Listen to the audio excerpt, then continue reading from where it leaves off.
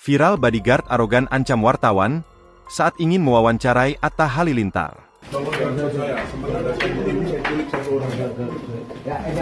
Bodyguard dari Atta Halilintar mendadak jadi viral usai memberikan sebuah ancaman pada wartawan.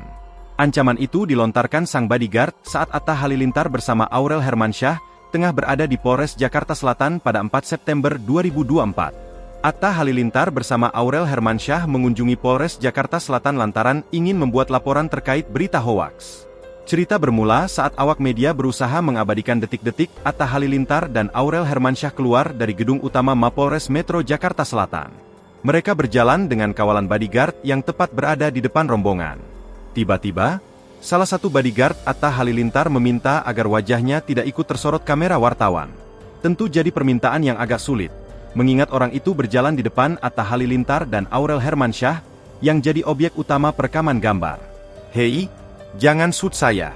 Tolong jangan shoot saya," ujarnya sambil menunjuk ke arah wartawan. Kata-kata bernada ancaman itu muncul setelahnya.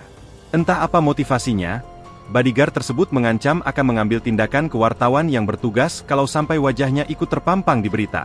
Namun baik Atta dan Aurel pun tak menggubris ancaman dari sang bodyguard untuk wartawan, dan terus melenggang keluar dari Polres tersebut. Aksi arogan bodyguard Atta Aurel dengan mengancam para wartawan itu pun ramai diunggah sejumlah akun di media sosial. Publik pun ramai menyoroti aksi sang bodyguard yang dinilai begitu arogan dengan melakukan pengancaman itu.